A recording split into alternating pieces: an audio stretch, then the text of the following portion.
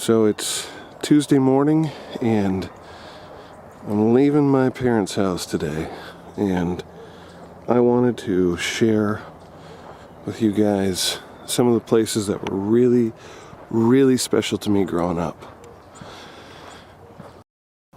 Man, look at that fog. Isn't that cool? It's like a whole cloud right there. Neat. Okay, so it doesn't look like much right now. Once upon a time, there were a couple more trees right there, and there held the world's biggest treehouse. It was 3 stories high. It meant there was an upstairs, a downstairs, and up on top there was a deck. It was awesome. And Uncle Jeremy and he was the one that really built it. And we went sleep out there some nights. We'd go camping in it and wake up in the morning. If there was a little bit of wind, you'd be kind of rocking back and forth up on the top. But the best part was, of course, when you wake up and you pee off the side and you watch it go all the way down. That was pretty cool. This little pond here, we had fish that sometimes Jeremy would catch, and we'd put in that pond and leave them. And this is the valley in front of the house. And it was a place for us to play a lot. You see the stream going back there. That's the creek. And in the creek, right there, I used to swim with the goose that we had. And he was awesome. And he thought I was its mom, which was pretty cool. I don't know if you can see that, but there's like a little stump with a board on it. It looks pretty old. That's because it is. Once upon a time, there used to be a tree that go out over here. And this was all water underneath here. It's kind of swampy, mucky stuff now. There's some water over there. But there wasn't a bunch of grass here. So this tree overhung the water. And that was probably the first tree house we had. Just a little platform out there. We'd go out there and sit and look at the water. And we'd fish. We'd fish with rose hips. I'm trying to see a few bushes that would have them. I don't see any on there. But the rose hips, we'd toss in the water, and the chubs, which are basically like big minnows, would come over and eat them. They'd also eat our spit if we spit in the water. But chubs aren't good to eat. They're just kind of a weird fish that you don't want to eat. Here's a little shot of that spot closer up. Here's the log. And this used to be just a little wider, or at least I thought it was. And I used to play football all the way down that stream. It's a nice big long straight run. We go hiking all over here every day out in the woods, just taking it all in. And now this is the hill I have to go back up. It's pretty steep. It's full of pine needles. And this looks like it could be an animal home, so I'm going to shut off the camera. This tree has been gnawed off by a beaver. You can see it's got that angle on it. Right there, it's got little chips out of it. It's pretty cool, huh?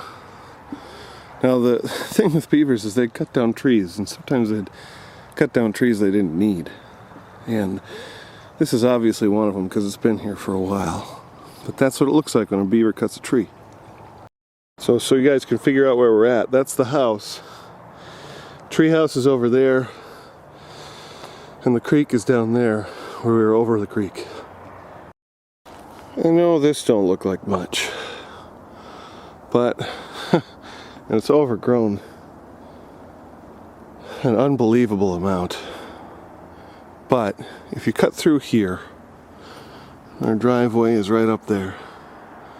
If you cut through here, you'll run into the neighbor's house. And that's exactly what we did. We had a little trail between the neighbors and our house, and my friend David would come over and we'd play a lot in the summer. We'd go out in the garden, where the garden is now, and play baseball and football. It was awesome. And this driveway is 1/4 mile long. And every day for school, I used to have to walk it. Didn't matter how cold, just to wait for the bus.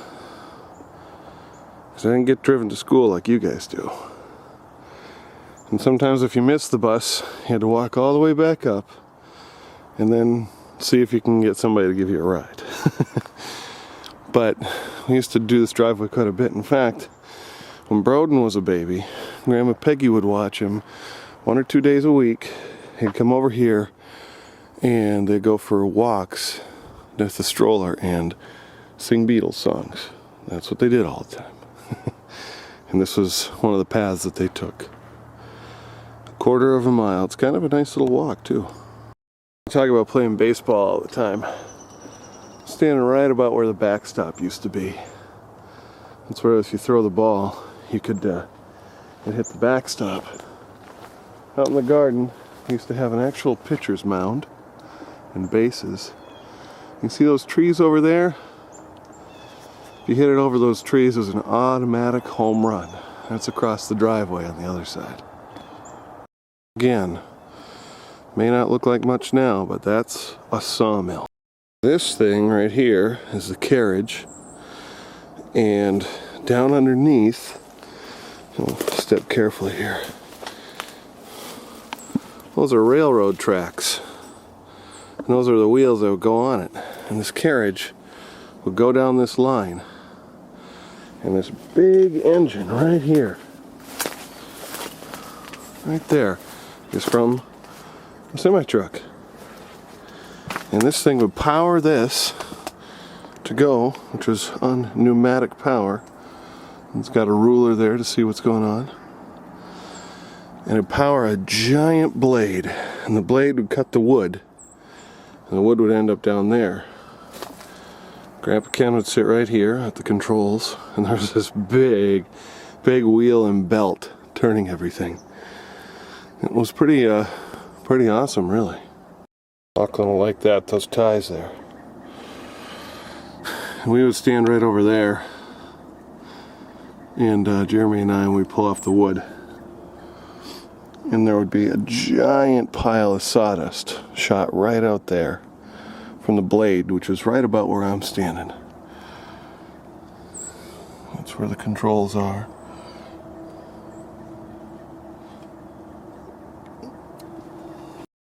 So this was always a good spot to stand, to do one of the things I loved to do when I was here. I did this hours. I'd take a ball and a bat, and I'd throw the ball up, and I'd hit it.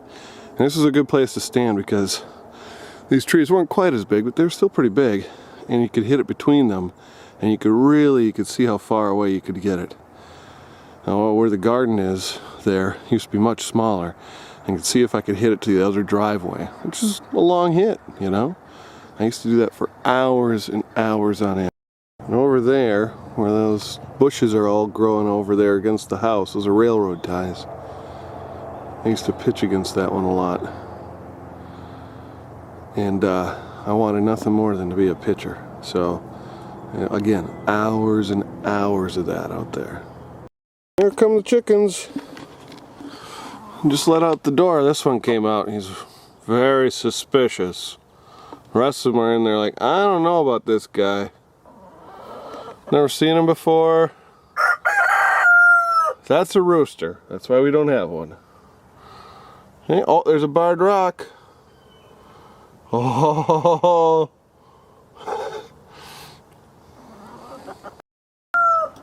You know, one time I accidentally locked myself in the chicken coop. It's pretty embarrassing. What's worse is I was out there for like an hour, and then I realized that the window slid open. It was a different window, different coop actually, but yep. I felt pretty smart getting out, but really should have figured it out before that. Come on out, it's okay. Not sure about me. Even the coop has decorations. Puts ours to